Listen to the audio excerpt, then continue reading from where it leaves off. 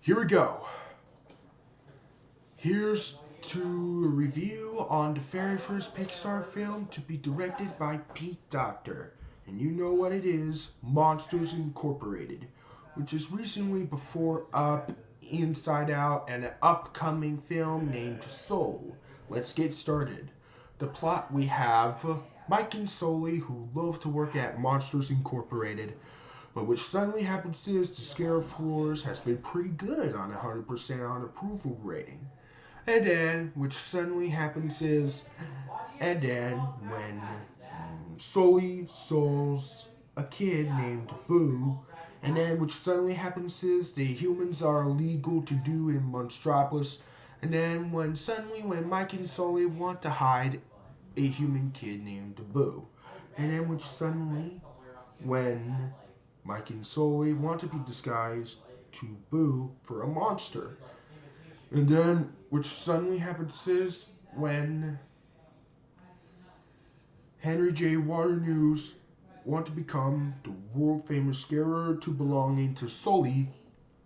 And then, when it suddenly happens is when Sully and Mike want to help to find a way. And then suddenly happens when Mike and Sully want to find a way to something else when Mike and Sully become the greatest scarer, and then which suddenly happens is when Sully is accidentally roared to Boo, which is pretty sad, and then when Henry J. Warner to give Boo and Randall belonging to, and then when Henry J. Warner pushes Mike and Sully, and then they got lost in Alaska. And then which suddenly happens is when Mike and Sully solves the abominable snowman named the Yeti. And then which suddenly happens is when a Yeti comes for in an Alaskan frontier, and then when Mike and Sully wants to help, when Sully never gives up, he needs to find Boo. And then what suddenly happens is when Sully wants to help Mike to save, and especially Boo, and then it needs to find a way to Boo's home.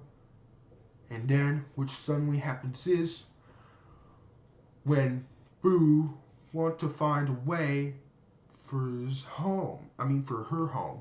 And then what suddenly happens is when Randall wants to catch a kid, but it can't because Boo got beaten with a lizard chameleon thing like Randall. And then what suddenly happens is when Randall gets lost in an Easter egg for a background thing called Bugs Life. And then the guys want to bang Randall, and then goodbye. And then what suddenly happens is when the power's out, which suddenly happens is they want to make a laugh, and then but it can't because Henry J. Warner wants to come, and then what suddenly happens is when Sullivan wants to help Boo to come back home, and then what suddenly happens is when Boo hides, and then when Henry J. Warner catch a kid, but it can't, it got demonstration, and then when Mike solves Henry J. Warner's question, it catches a demonstrated robot. And then when Henry J. Warner got arrested, and then which suddenly happens is when Boo finally come back home, and then when Mike and Sully has sad moment and make a laugh. And that's right, it's gonna make a laugh for imaginary friend. And then at the end of the film, when with a friendly monster wants to make a comedy for a comedian for an imaginary friend. And it makes a laugh. And that's a laugh. And then when Sully finally meets Boo, and then that's it for the movie. What do I heard of it? I just watched that as a childhood and as a kid. It was a pretty awesome masterpiece. My favorite animated feature of 2001, right next to Shrek. It's been 1 year before when I was born. The animation looks so awesome. The story, very cool. The characters, we got James P. Sullivan, the main character. He's awesome. He played John Goodman, which is the same cast who played Fred Flintstone from the Flintstones 1994. And then we have Mike, or should I say Mike Wazowski, the main character. He's pretty funny with a one cyclop eye thing. And then we have Celia. She's nice. Boo, she's cute. And then we have Henry J. Waternoose, which is a villain. And then we have Randall. Randall is the funniest main antagonist of them all. I love when Randall is getting funny and then banging because of Boo. That's pretty silly.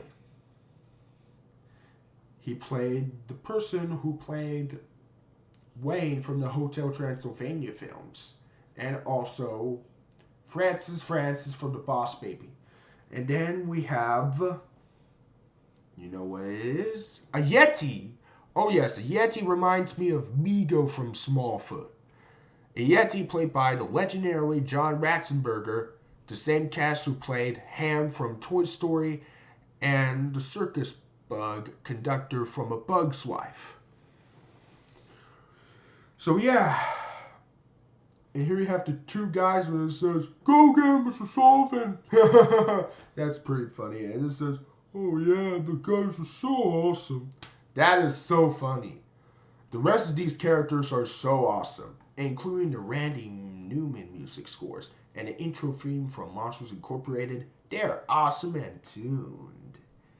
They're pretty tuned and pretty terrific. Do I have negatives? No. It's a really awesome film. Fun for the whole family. You must watch it for a Pixar family friendly. I gave it a 10 out of 10.